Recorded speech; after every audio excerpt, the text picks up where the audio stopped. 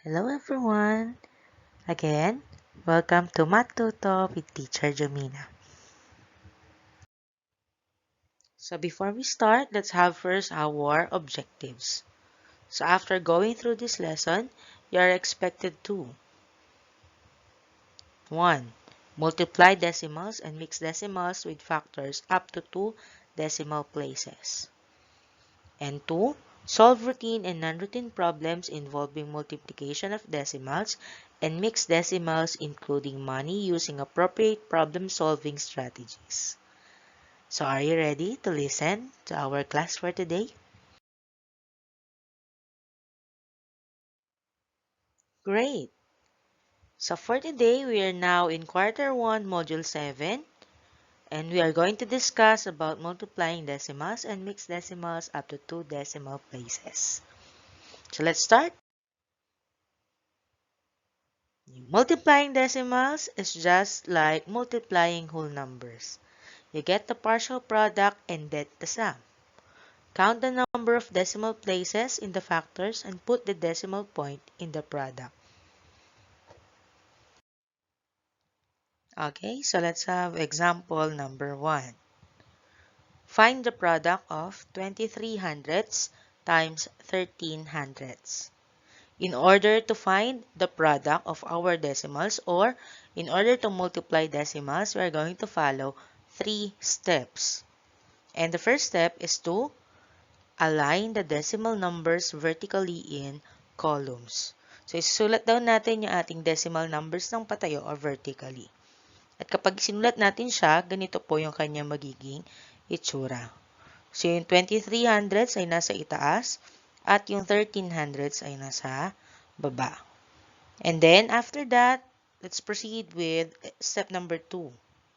And that is to multiply just like multiplying whole numbers. We are going to disregard our decimal point here. But, let's recall first the parts of our factors. We have the so-called multiplicand and our multiplier. So, si multiplicand at si multiplier, kahit magkabaliktad sila ng maging pwesto, ay pareho pa rin po ang makukuha nating answer. So, let's multiply just like multiplying whole numbers. Sisimulan natin dito sa right side na number, which is 3. We're going to distribute doon sa ating multiplicand. Isa-isa po. So, we have 3 times 3, and that will be 9. And then, proceed ka kay 2. 3 times 2, that is equal to 6. Then next, we have 3 times 0, that is equal to 0. Because any number multiplied by 0 is equal to 0. Next, you are done with 3. Proceed ka na doon sa susunod na digit which is 1. Again, ganun din yung gagawin. I-multiply mo din yung ating 1 doon sa lahat ng digits na nasa multiplicand. Okay, so let's multiply. We have 1 times 3 and that is equal to 3. Kapag nandun ka na sa ibang digit at ilalagay mo na yung ating partial na product, you're going to move one place doon sa ating answer. So, kung move natin ng one place, hindi siya pwedeng katapat ni 9. Dito mo ilalagay yung iyong sagot sa katapat ni 6. So, dito natin ilalagay si 3. And then, let's proceed. Next is 1 times 2, and that is equal to 2. Then, 1 times 0, again, that is equal to 0. And then, we still have 0. Ibang digits na ulit. So, mag-move ka ulit dito sa baba ng isang digit to write your product. So, we have 0 times 3, that is equal to 0. Then next is 0 times 2 is equal to 0. And then the last one is 0 times 0 is equal to 0. After you get all your partial products, we are now going to add yung ating mga partial products. So let's add. We have 9. Wala siyang katapat. So you can bring it down. And then we have 6 plus 3, that is equal to 9.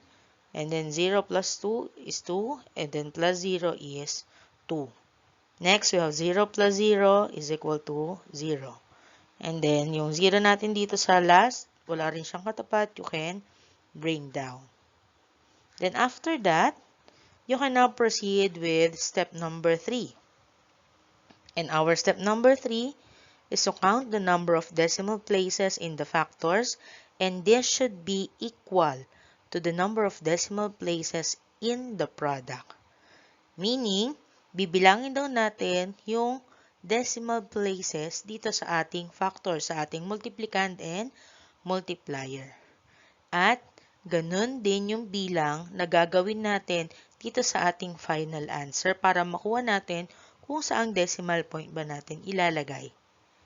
That is to start counting from right to left. So, bilangin muna natin yung decimal places sa ating multiplicand. So, meron tayong 1, 2, dalawa.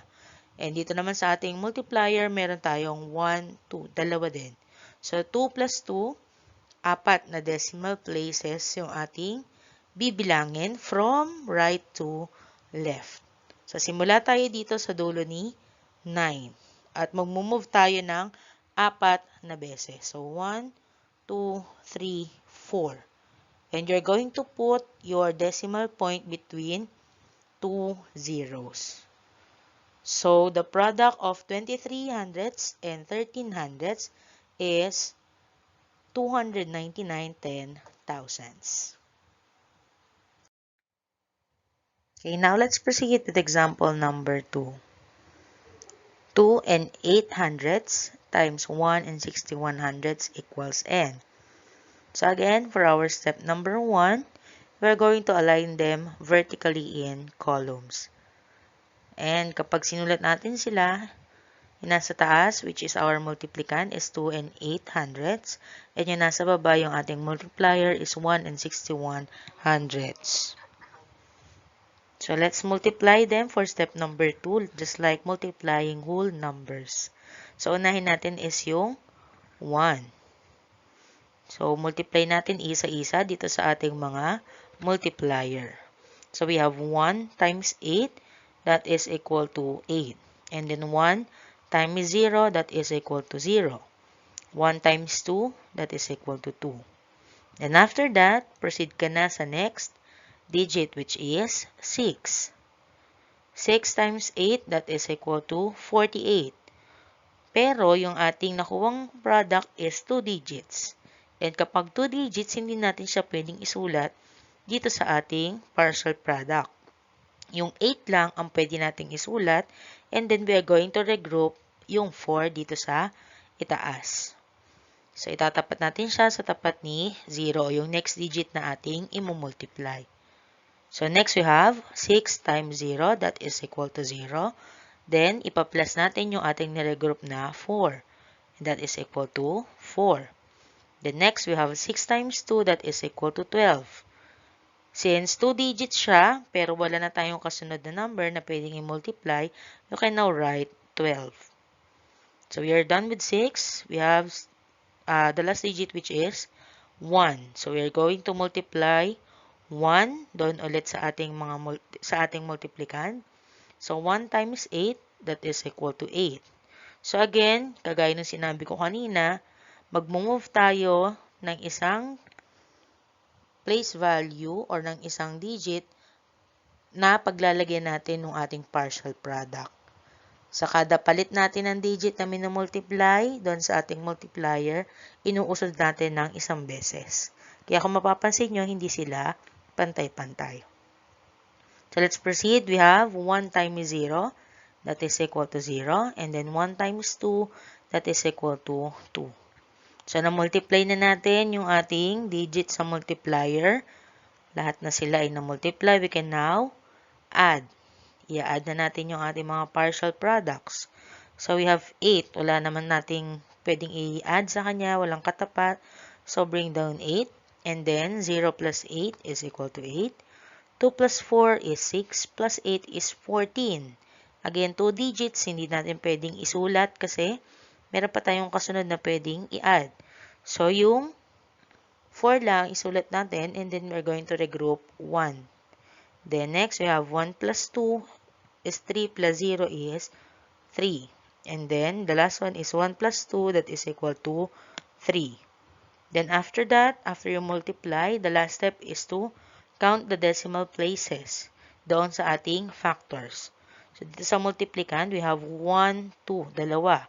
Dito naman sa ating multiplier, meron din tayong 1, 2, dalawa din. So, total of 4 decimal places. So, magbibilang tayo dito sa dulo or sa right side ng ating answer ng 4 na beses. So, that will be 1, 2, 3, 4. So, ilalagay natin yung decimal point dito sa gitna ng dalawang 3. And, therefore, we have our answer which is 3 and 3,488 thousandths. Okay, so let's now proceed with example number 3. 9 and 2 tenths times 23 hundredths is equal to n. Again, let's proceed with our solution. With step number 1 is to arrange vertically in columns. So, ganito yung magiging itsura niya. We have the multiplicand and our multiplier. After you arrange, proceed with step number 2, which is to multiply just like multiplying whole numbers. So, let's multiply it. Siyempre, unahin natin si 3. Multiply natin si 3 doon sa ating mga multiplicand digits. So, we have 3 times 2, that is equal to 6. And then, 3 times 9, that is equal to 27. So, since wala naman ng kasunod, you can now write yung ating 27. Then, next digit na tayo. Again, pag next digit na, i-move natin dito sa susunod na digit ang pagsulat ng kanyang product. So, we have 2 times 2, that is equal to 4. And then, 2 times 9, that is equal to 18. Pero sabi ko nga, dahil wala nang susunod na digit, pwede nang isulat ng buo yung 18. No need to regroup. Then, tapos na tayo kay 3 and 2. Kay 0 naman tayo. I-multiply din natin doon sa ating multiplicand. We have 0 times 2. That is equal to 0. So, again, dahil ibang digit na to, mag-move tayo ulit. Kaya dito na siya katapat ni 2 at 8. And then, 0 times 9, that is also 0. Dahil na-multiply na natin lahat, we can now get the sum. So, we have 6. So, copy lang natin yung 6. And then, we have 7 plus 4, that is equal to 11. So, 2 digits yung ating answer. Dahil may kasunod pa na ating i-add, we're going to regroup. Yung 1 lang ay sulat na sa baba. And then, i-regroup natin yung 1. Then, we have 1 plus 2, that is equal to 3. Plus 8 is equal to 11. Plus 0 is 11. So, 2 digits ulit. I-regroup ulit natin sila. So, 1 lang sa baba. And then, another 1 doon sa ating next digit. And then, the last one, we have 1 plus 1. That is 2. Plus 0 is 2. So, we have here 2, 1, 1, and 6. So, for step number 3, we're going to count our decimal places. Sa ating multiplicand, meron tayong 1 decimal place. And then, sa ating multiplier, we have 1, 2. So, 1 plus 2, that is equal to 3. Tatlo ang gagawin nating move dito sa ating answer from right to left. So, ito yan. 1, 2, 3. Tatlo. So, ilalagay natin yung ating decimal point dito sa gitna ni 2 and 1. So, we have an answer of 2 and 116 thousandths. Okay, example number 4. 8 and 2 hundredths times 9 is equal to n. So, dito sa ating given, we have a decimal and a whole number. So, same process pa rin kahit magkaroon tayo ng whole number. Kasi nga, di ba, in multiplying decimal, it's just like multiplying whole numbers. So, again, for our solution, let's have step number 1, which is to align them vertically in columns. So, here, ito yung ating given, our multiplicand and our multiplier. So, step number 2 is to multiply them just like multiplying whole numbers. So, isa lang yung digit ng ating multiplier. So, magiging isang layer lang din yung ating product. So, we have 9 times 2, that is equal to 18. At dahil 2 digits, again, i-regroup natin. Yung 8 lang, isulat natin sa baba. And then, we are going to regroup yung 1. Then, we have 9 times 0, that is 0. Plus yung ating niregroup ng 1 is equal to 1. And then, the last one is 9 times 8, that is equal to 72. So, dahil wala ng kasunod na digit, we can now write in full yung ating 72.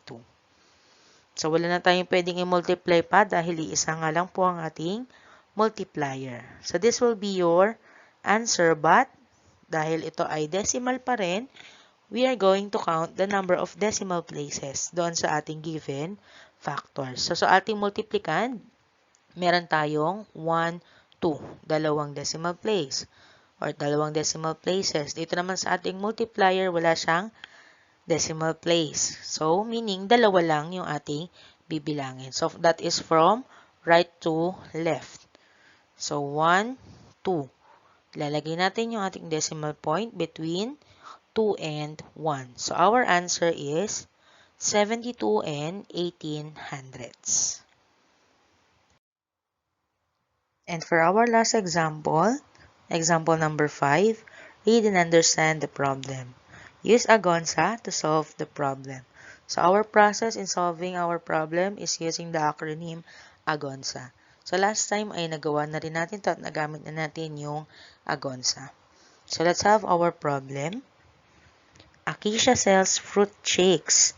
One morning, she went to a fruit stand to buy fruits for her business.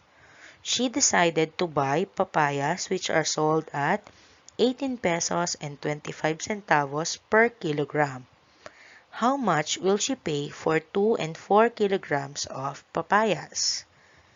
So in order to answer this, again, we're going to use our acronym Agonsa. A stands for ask, G for given, O for operation, N for number sentence, S for solution, and letter A is for our answer. So, i-analyze muna natin. So, para mas madaling i-analyze, much better if we are going to translate it into Tagalog para mas maintindihan natin siya kung ano ba yung kailangan talagang hanapin dito sa ating problem. So, sabi nga dyan, si Akeisha daw ay nagtitinda or meron siyang business which is the fruit shakes. At siya ay bibili ng mga papaya sa nagkakahalaga ng 18 pesos and 25 centavos kada kilo or kada kilogram. Ang tinatanong ay magkano kaya yung ibabayad ni Akeisha kung 2 and 4 kilograms of papayas ang kanyang bibilhin, which is sa kada kilogram nga 18 pesos and 25 centavos ang presyo. So, alamin natin kung ano-ano ba ang makakasagot dito sa ating acronym or process which is Agonsa. So, let's start with ask or what question is asked in the problem. And that is the price she will pay for 2 and 4 kilograms of papayas or how much will she pay for 2 and 4 kilograms of papayas. And then for our given or our given facts, we have 18 pesos and 25 centavos per kilogram and 2 and 4 kilograms of papayas. And for our operation, since we are going to identify magkano yung magiging total niya na babayaran kapag 2 and 4 kilograms ang kinuha niya, we are going to use multiplication. And from our number sentence, pwede na natin i-extract yung ating given, which is 18 and 25 hundredths times 2 and 4 tenths is equal to n. And now, for our solution, let's solve it. So again, in order to solve decimal numbers or multiplying decimals, follow lang natin yung tatlong steps. Step 1 is to arrange them vertically in columns. So, isusulat lang natin siya So, ganito yung kanya magiging tsura. 18 and 2500 will be our multiplicand, and our multiplier is 2 and 4/10. And then step number 2, we can now multiply just like multiplying whole numbers. So, i-multiply natin muna si 4 sa lahat ng digits dito sa ating multiplicand. So, let's have 4 times 5, that is equal to 20. So, dahil 2 digits siya, i-regroup natin. 0 lang yung ilalagay natin sa baba at i-regroup natin yung 2. Then, proceed with 4 times 2, that is equal to 8. And then, yung niregroup natin na 2, ipa-plus natin, that is equal to 10. So, again, dahil 2 digits ulit, i-regroup natin ulit siya. 0 lang ilalagay mo sa ibaba, and then i-regroup mo na 1. Next is 4 times 8. That is equal to 32. And then yung niregroup natin na 1, ipa-plus natin. That is equal to 33. Dahil 2 digits ulit, regroup ulit natin siya. So, 3 lang ang nasa baba at re-regroup natin yung 3. Then, we have 4 times 1, that is equal to 4, plus yung niregroup na 3, that is equal to 7. So, tapos na tayo kay 4. Na-multiply na natin siya lahat dito sa nasa taas na digits. Proceed naman tayo kay 2. Ganun din, i-multiply din natin lahat isa-isa doon sa ating multiplicand. So, we have 2 times 5, that is equal to 10. So, dahil 2 digits siya ulit, i-regroup natin. And dahil pangalawang digit na yung ating minumultiply, mag-uusad tayo ng kanyang paglalagyan. So, dito na natin siya ilalagay sa tapat ng pangalawang 0. Again, i-regroup natin yung nakuha nating 10. So, 0 lang ilalagay sa baba at 1 doon sa taas. Next, we have 2 times 2, that is equal to 4, plus yung niregroup na 1, that is equal to 5. Then, 2 times 8, that is equal to 16. 2 digits ulit. So, yung 6 lang ang nasa baba, i-regroup natin yung 1. And then, 2 times 1, that is 2, plus 1, that is equal to 3. Then, after that, na-multiply na natin, nakuha na lahat natin ng partial product, pwede na tayong mag-add. So, 0, i-copy lang natin siya. And then, 0 plus 0, that is 0. 3 plus 5, that is equal to 8. 7 plus 6 is 13, 2 digits. So, regroup, 3 lang ang nasa baba at i-regroup natin si 1. Then, 1 plus 3, that is equal to 4. And the last step is to count the decimal places doon sa ating factors. So, dito sa multiplicand, we have 1, 2, dalawa. Sa ating naman multiplier, meron tayong isa. So, 2 plus 1, tatlo. Tatlong decimal places. Ganon din yung bilang na i-move natin dito sa ating answer. From right to left. So, from right, 1, 2, 3. So, mapupunta yung ating decimal point sa gitna ni 40, ni 3, and 8. So, for our answer, since, di ba, ang tinatanong ay the total money or how much she will pay for 2 and 4 kilograms. So, it is talking about money. So, meaning our answer will be 43 pesos and 80 centavos. Okay, so those are the examples in multiplying decimals. So to end our lesson, let's summarize the steps on how to multiply decimals. So what is the step number 1? Yes, that's correct. To align the decimal numbers vertically in columns. How about step number 2? Correct. That is to multiply just like multiplying whole numbers. And what is our last step? Very good. That is to count the number of decimal places in the factors, and this should be equal to the number of decimal places in the product. And to note, start counting from right to left.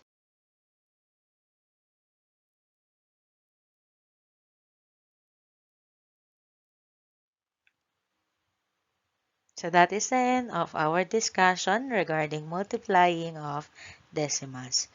Thank you very much for watching this video. I hope you like this video and subscribe to our YouTube channel. Don't forget to click our notification bell for more updates. Thank you very much and God bless us all.